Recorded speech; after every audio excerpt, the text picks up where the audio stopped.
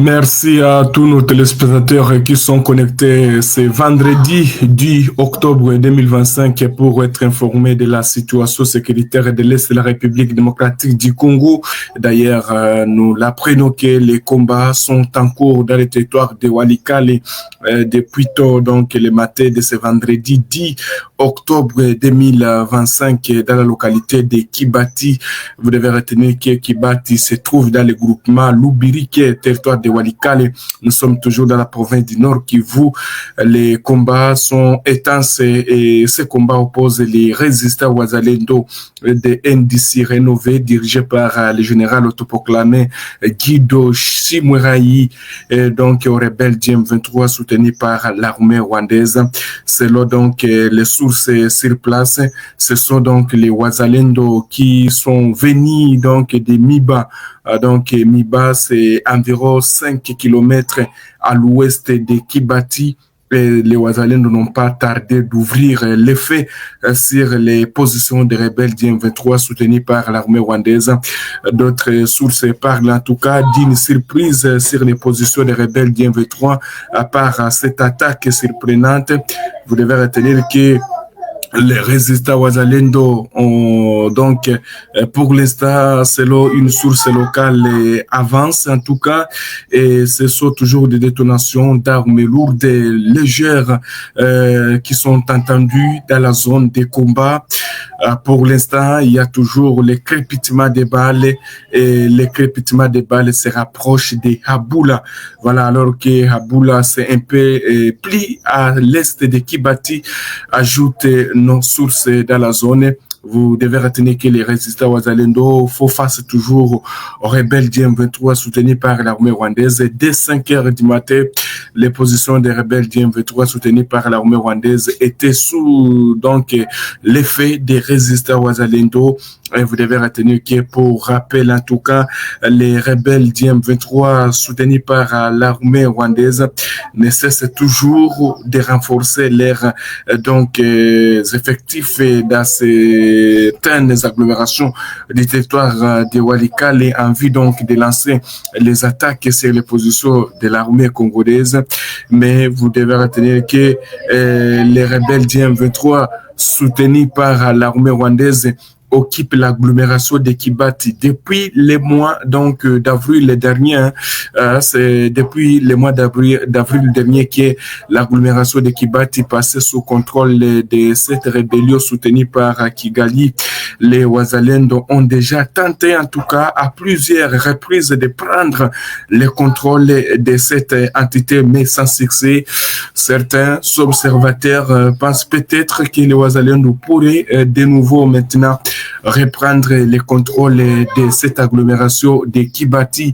Vit-on toujours la détermination, chers téléspectateurs d'Afro Info 243, parce que les résistants Wazalendo sont venus en tout cas à 5 kilomètres à l'ouest de Kibati et ils sont allés donc encore tenter pour voir s'ils vont récupérer l'agglomération de Kibati qui jusque-là, depuis le mois d'avril, est toujours dans les mains des rebelles DM23, mais les combats toujours s'intensifient et jusque-là, nous ne disposons aucun bilan.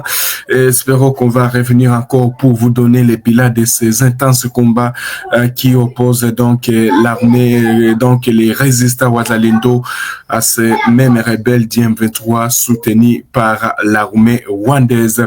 Alors, chers téléspectateurs d'Afro Info 243, les combats aussi se sont intensifiés donc dans la soirée d'hier et toujours à Walikale, l'armée congolaise a réussi donc à repousser les attaques des rebelles DM23 soutenus par l'armée rwandaise du côté donc du côté de Katobi. Et d'ailleurs, ce n'est pas toujours loin des Petit où l'armée congolaise est toujours en route pour prendre le contrôle des petites lignes de l'une des grandes agglomérations qui les rebelles du M23 constituent donc comme un bastion, et l'armée congolaise appuyée par les Wazalendo sont toujours en train de faire face aux rebelles du M23 dans le territoire de Walikale.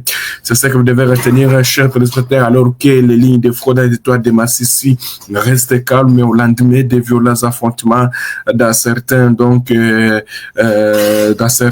coins de Massissi. Les Wazalendo sont toujours à Biboué, même ce vendredi 10 octobre 2025. Alors que dans les Rutshuru, les calmes règnent pour l'instant. Chers téléspectateurs d'Afro Info 243, mais on va revenir encore avec beaucoup de détails. Les combats qui s'intensifient toujours aussi dans la province de l'Ituri, chers téléspectateurs d'Afro Info 243. Et d'ailleurs, nous l'apprenons que les forces armées de la République démocratique du Congo ont lancé en tout cas hier jeudi 9 octobre une opération militaire contre les groupes armés Convention pour la Révolution populaire CRP de Thomas Lubanga. C'est un groupe allié donc 23. Les combats se déroulent à Liko et dans des localités environnantes à une quarantaine de kilomètres au nord de Bunia, dans le territoire de Djougou, dans la province de l'Ituri. Selon des sources militaires, l'objectif est de démanteler ces groupes armés et d'ailleurs qui multiplient les attaques contre la population et les forces de sécurité depuis près de mois, provoquant le déplacement des milliers de civils.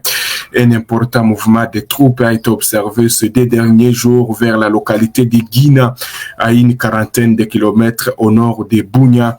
Vous devez retenir, chers téléspectateurs d'Afro Info 243, depuis donc jeudi matin, les FARDC ont lancé une offensive dans plusieurs villages servant des bastions à la milice CRP, notamment Liko, Mpanga et Laye. Des détonations d'armes lourdes et légères ont été aussi entendues par la population. Les troupes au sol sont appuyées par les hélicoptères de combat qui survolent la zone. Selon des sources militaires, ces opérations visent à démanteler ces groupes responsables de plusieurs attaques dans la région. Le bilan n'est pas encore disponible, mais certaines personnes soupçonnées donc, chers téléspectateurs d'Afro Info 243, vous devez retenir que jusque-là, nous ne détenons aucun bilan et vous devez retenir que les combats se poursuivent toujours dans cette province de l'Ituri. Eliezer Ntambwe a ce jeudi 9 octobre 2025 sensibilisé la population du territoire de Lubao sur les enjeux sécuritaires de l'heure à l'est de la République démocratique du Congo. Accompagné du général-major Kabwanga Sienforose, secrétaire général aux anciens combattants, et du commandant 21e région militaire, le général de brigade Chibangu Boko Kadjon, le ministre Eliezer Ntambwe a appelé à l'unité et exhorté à ne pas céder à la manipulation de l'ennemi. Je vous prie, Washington est calme parce que pendant ce temps, ennemis, ils sont en train de chercher comment récupérer la situation. Pas manipuler Binoté, les commandants suprêmes, les chefs de l'État. Alindi biso nyonso, azamu okonzi na biso nyonso.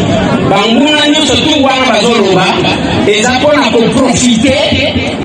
Il a en outre mis en garde contre les tribalismes qui ne profitent qu'à l'ennemi. On rappelle, les ministres délégués en charge des anciens combattants effectuent une tournée dans les Grands Kasaï en vue de s'imprégner de la situation sociale des anciens combattants et d'éveiller la conscience patriotique. Nous sommes arrivés à la fin de cette édition. Merci à vous de nous avoir suivis jusqu'ici. Si vous avez apprécié ces contenus, n'oubliez pas de vous abonner à notre chaîne, d'activer la cloche de notification pour ne rien manquer de nos prochaines vidéos. Likez et partagez cette vidéo. On se retrouve très prochainement. À bientôt.